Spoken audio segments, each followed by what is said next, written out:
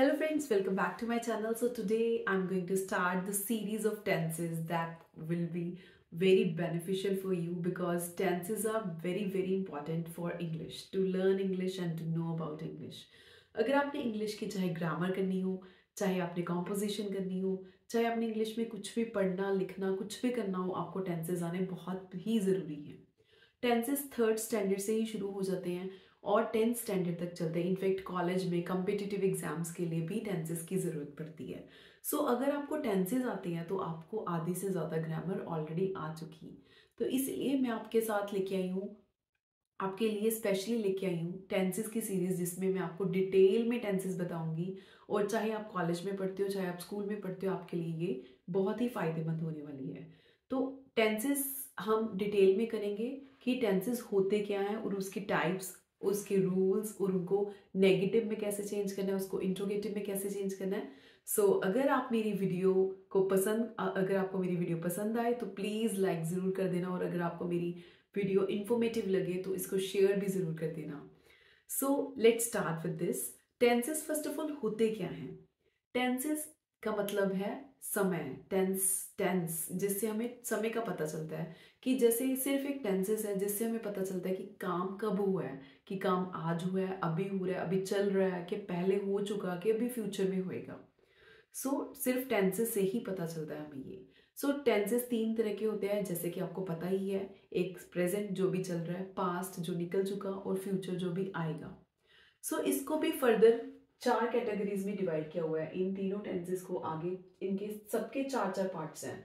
Simple simple past और simple present और simple future, और you can say past indefinite, present indefinite और future indefinite.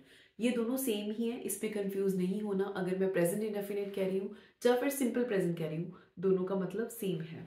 इसके बाद आ गया continuous, perfect and perfect continuous. ये इसकी चार टाइप्स हैं आगे, जो हम डिटेल में करेंगे। लेकिन ये वाले पार्ट में हम करेंगे simple present, simple past and simple future. तो चलिए शुरू करते हैं सिंपल प्रेजेंट टेंस से। सिंपल प्रेजेंट टेंस और प्रेजेंट इंडेफिनिट टेंस। सबसे पहले ये जानना जरूरी है कि सिंपल प्रेजेंट टेंस यूज कहाँ पे होता है। सिंपल प्रेजेंट टेंस हम तब यूज करते हैं जब आप कोई भी हैबिचुअल एक्शन की बात कर रहे हो, जो काम आप हर रोज करते हो। जब आपने उसको लिखना है इंग्लिश में, तो आप उसके लिए सिंपल प्रेजेंट टेंस का रूल अप्लाई करोगे उसको लिखने के लिए। जैसे कि आप हर रोज बहुत सारे काम करते हो, जैसे कि बच्चे स्कूल जाते हैं हर रोज, वो उनका हर रोज का काम है। आप चाय पीते हो हर रोज, कई न्यूज़पेपर पढ़ते हैं, आपको किसी भी काम की हैबिट है जो आप हर रोज करते हो, तो उसके लिए आप सिंपल प्रेजेंट टेंस यूज करोगे। And second is for the universal truth, जो सच्चाई हम नहीं बदल सकते, जैसे कि धरती सूरज के आसपास घूमती है, the earth revolves around the sun. तो ये क्या है? एक यूनिवर्सल ट्रूथ है, इसको भी हम नहीं बदल सकते। For the universal truths also you will use simple present tense. Now come to the rule of simple present tense. Rule क्या है? Subject plus first form of verb plus एसओडीएस प्लस ऑब्जेक्ट। ये सिंपल सा rule है, लेकिन इसमें आपने याद क्या रखना है? एसओडीएस का ध्यान रखना है। ये सबसे मेन सिंपल प्रेजेंट टेंस में है कि एसओडीएस कहाँ लगाना है। सब्जेक्ट आपको पता ही होगा क्या होता है, जो काम कर रहा है, और ऑब्जेक्ट जो उसके बारे में बता रहा है कि वो क्या कर रहा है, और वर्ब कि वो क्या काम कर रहा है। वर्ब होता है क्रिया, कि काम क्या हो रहा है, जो सब्जेक्ट है वो क्या काम कर रहा है। यहाँ पे हमने जैसे कि सब्जेक्ट रिया लिया है। सब्जेक्ट रिया, रिया क्या है? एक लड़की है, मतलब सिंगुलर है। रिया एक सिंगुलर है। तो अगर सब्जेक्ट सिंगुलर है, तो जो वर्ब लिया हमने, जैसे कि यहाँ पे मैंने गो वर्ब लिया, गो, तो सिंगुलर सब्जेक्ट के साथ हम एसओडीएस यूज करेंगे। सिंगुलर सब्जेक्ट के साथ हम वर्ब के साथ एसओडीएस यूज करेंगे। जैसे कि रिया गोज, क्योंकि रिया सिंगुलर है तो हमने रिया गोज लिख दिया। Riya goes to school every day. Every day क्यों लिखा? क्योंकि हम हैबिचुअल एक्शन की बात कर रहे हैं, हम सिंपल प्रेजेंट टेंस की बात कर रहे हैं। ये आपने याद रखना है, सिंगुलर सब्जेक्ट के साथ वर्ब के साथ एसओडीएस लगेगा। और अगर सब्जेक्ट प्लूरल है, अगर जैसे कि यहाँ पे दे इज प्लूरल, तो हम वर्ब के साथ एसओडीएस नहीं लगाएंगे। इसका ये मेन रूल है कि अगर सब्जेक्ट सिंगुलर है तो वर्ब के साथ एसओडीएस लगेगी, अगर सब्जेक्ट प्लूरल है तो वर्ब के साथ एसओडीएस नहीं लगेगी। ये उसका उल्टा है, सिंगुलर प्लूरल का उल्टा है। अगर आपने वो पढ़े हुए हैं, जैसे कि अगर आपने बात करनी है एक पेन की, तो आप बोलोगे पेन। अगर आपने 2 पेन की बात करी है then you will say 2 pens, तो आप पेन के साथ एस लगा दोगे, पेन्स बोलोगे। लेकिन इसके साथ उल्टा है, अगर सब्जेक्ट सिंगुलर है तो आपने एस लगानी है, तो आपने वर्ब के साथ एस लगानी है। अगर सब्जेक्ट प्लूरल है तो आपने सब्जेक्ट वर्ब के साथ एस नहीं लगानी। सो इसको सिंगुलर प्लूरल से उल्टा लेके चलो। सो ये था इसको रूल कैसे अप्लाई करना है इसका सिंपल प्रेजेंट टेंस का। अब इसको नेगेटिव में कैसे चेंज करना है वो हम करेंगे कि अगर आपके पास सिंपल प्रेजेंट टेंस का सेंटेंस आता है तो आप उसको नेगेटिव में कैसे चेंज करेंगे। जैसे कि रिया हर रोज स्कूल नहीं जाती, अगर आपने ये बोलना है then how will you write that in English, that I am going to tell you now. तो नेगेटिव बनाने के लिए हम क्या करेंगे, डू और डज का इस्तेमाल करेंगे। अगर सिंगुलर सब्जेक्ट है तो आपने डज लगाना है, अगर प्लूरल सब्जेक्ट है तो आपने डू लगाना है। तो ये भी आपको याद रखना पड़ेगा। जैसे कि रिया सिंगुलर है तो हमने डू के साथ ईएस लगा दी, तो रिया डज बन गया। रिया डज नॉट गो, तो हम गो के साथ दोबारा एस और ईएस नहीं लगाएंगे क्योंकि हमने ऑलरेडी डू के साथ एस और ईएस लगा दी है। सो ईएस लगा दिया, तो Riya does not go to school every day.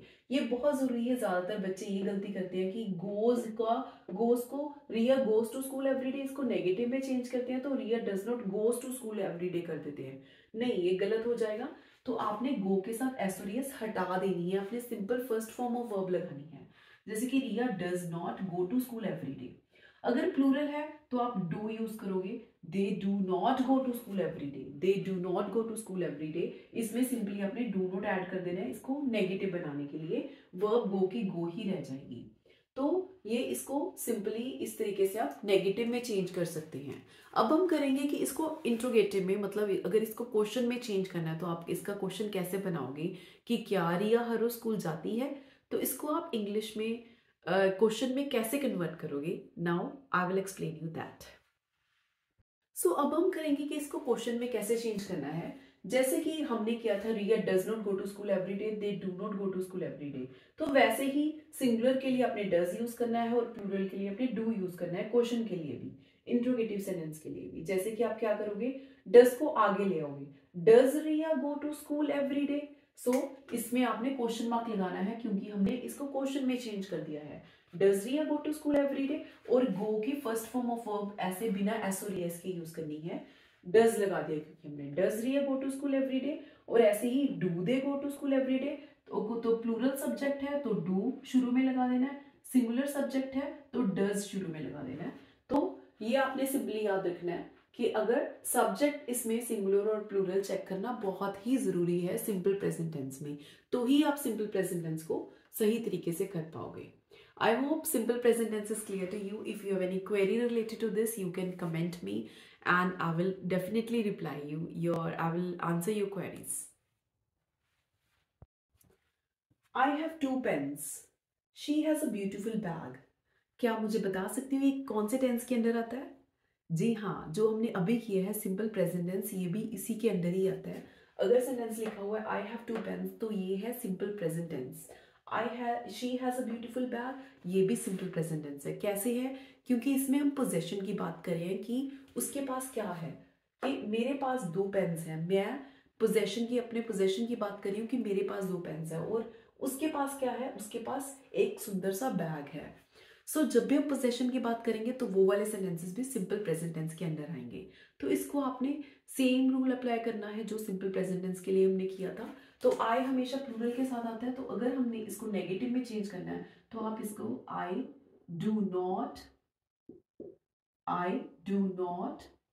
Have 2 pens, इसको आप नेगेटिव में ऐसे चेंज करोगे। अगर इंट्रोगेटिव में करना है तो आप करोगे do I have 2 pens, do I have 2 pens. So इस तरीके से, क्योंकि इसको हम सिंपल प्रेजेंट टेंस में काउंट करेंगे तो आप सिंपल प्रेजेंट टेंस का ही रूल यूज करोगे इसको नेगेटिव में चेंज करने के लिए और इंट्रोगेटिव में चेंज करने के लिए। ऐसे ही ये सिंगुलर सब्जेक्ट आ गया तो ये भी एक सिंपल प्रेजेंट टेंस का रूल है, सेंटेंस है, तो आप इसको भी सिंपल प्रेजेंट टेंस में यूज करोगे। तो आप इसमें नेगेटिव चेंज करने के लिए सिंपल प्रेजेंट टेंस में अगर सिंगुलर सब्जेक्ट है तो क्या यूज करते हो, does not, she does not. अब एक और चीज है जो इंग्लिश में आपको याद रखनी है कि डज के साथ कभी भी हैज नहीं यूज होता। तो आपको हैज को हैव में चेंज करना पड़ेगा. She does not have a beautiful bag. और इसको क्वेश्चन में चेंज करना है, तो does she have a beautiful bag, a beautiful bag. So these are also the examples of simple present tense. I hope it is clear to you. So now we will move further to simple past tense or past indefinite tense. Simple past tense हम कब use करते हैं, जो काम हो चुका, बीत चुके समय के लिए हम पास्ट टेंस यूज करते हैं. सिंपल पास्ट टेंस का रूल है subject plus second form of verb plus object. तो इस पे आपको याद रखना है कि second form of verb use करनी है, ना ही फर्स्ट ना ही third. Second form of verb, जैसे कि गो की सेकंड फॉर्म है वेंट एंड थर्ड है गोन, तो आप यहाँ पे वेंट यूज करोगे, गोन नहीं यूज करोगे. सो एक सिंपल पास्ट टेंस ही है जिसमें आप second form of verb use होती है. सेकंड फॉर्म ऑफ वर्ब और कहीं पे भी नहीं यूज होती ग्रामर में. So this you have to keep in mind. Now let's take the same example that we took in simple present tense, that Riya goes to school every day. Now उसको हम simple past tense में कैसे लिखेंगे? Riya go की second form went. Riya went to school yesterday. Now यहाँ पे हम yesterday लिखेंगे क्योंकि हम past की बात कर रहे हैं, कल की बात कर रहे हैं. तो you have to use here yesterday. So Riya went to school yesterday. और एक बार और, यहाँ पे पास्ट टेंस में सिंगुलर सब्जेक्ट और प्लूरल सब्जेक्ट का कोई फर्क नहीं पड़ता. इसमें चाहे सिंगुलर सब्जेक्ट हो प्लूरल सब्जेक्ट हो, आपने second form of verb he use करनी है, इसके साथ और कुछ नहीं लगाना.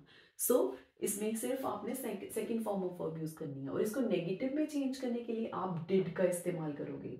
रिया डिड नॉट, आपने चाहे सिंगुलर सब्जेक्ट हो चाहे प्लूरल सब्जेक्ट हो, आपने डिड ही यूज करना है. रिया डिड नॉट. तो जब आपने डिड लगा दिया तो आपको जो सेकंड फॉर्म ऑफ वर्ब है उसको फर्स्ट में चेंज करना पड़ेगा. तो यहाँ पे आप गो यूज करोगे. Riya did not go to school yesterday. तो ऐसे ही आप इंट्रोगेटिव में चेंज करने के लिए डिड आगे ले आओगे. Did Riya go to school yesterday question mark. So इस तरीके से आप सिंपल पास्ट टेंस को बहुत ही सिंपल तरीके से नेगेटिव और इंट्रोगेटिव में चेंज कर सकते हो डिड यूज करके. और इसमें सिंगुलर सब्जेक्ट और प्लूरल सब्जेक्ट का कोई भी अंतर नहीं है. I hope simple past tense is clear to you. If you have any query, you can ask me in the comment section. So now let's start with simple future tense. This is also very simple. Simple future tense, future जब हम आने वाले समय की बात करते हैं, जो अभी नहीं आया समा उसकी बात करें, हम कल की बात करें, तो हम सिंपल फ्यूचर टेंस की यूज करते हैं. इसका रूल है subject plus will shell plus first form of verb plus object. तो वैसे तो हम आजकल सबके साथ विल लगाने लगे, लेकिन शेल पहले यूज होता था लेकिन अब नहीं होता. पर अगर आप चाहो तो आई और वी के साथ शेल यूज कर सकते हो, लेकिन अगर आप विल भी यूज करते हो तो भी वो गलत नहीं है. सो आजकल शेल का यूज खत्म होता जा रहा है और सिर्फ विल ही यूज होता है सबके साथ, आई और वी के साथ भी. सो इसका रूल आपने ये याद रखना है, subject plus will shell plus first form of verb plus object. Now हम सेम एग्जांपल ले रहे हैं रिया. सो रिया विल, क्योंकि हमने यहाँ पे सब्जेक्ट के साथ विल शेल में से एक यूज करना है, we are using your will. Riya will first form of verb go. Riya will go to school tomorrow, क्योंकि हम फ्यूचर की बात कर रहे हैं तो हम यहाँ पे टुमारो यूज करेंगे. Riya will go to school tomorrow. Now negative कैसे चेंज करना है, तो विल के साथ हमने नॉट लगा देना है. Riya will not go to school tomorrow. Will और गो के बीच में हमने नॉट लगा देना. सिंपल, इसमें आपने और कुछ ऐड नहीं करना, सिंपल नॉट ऐड करना है विल के साथ. Riya will not go to school tomorrow. And interrogative change करने के लिए will आगे आ जाएगा. Will Riya go to school tomorrow? Question mark. So like this, future tense is very very simple and you can do this in this way. So I hope simple future tense is clear to you. If you have any query, you can message me and you can drop a comment in the comment section. I will surely reply to you. So if you find my video informative, please do click the like button and do share it with your friends and relatives. And if you want to continue the series, please send me the write in the comment section that it is very informative, or you can write anything so that I come to know that I'm helping you, it is helpful to you, it gives motivation to me. So please do send thumbs up or write anything in the comment section so that I come to know that it is helpful to you. So thank you for watching my video.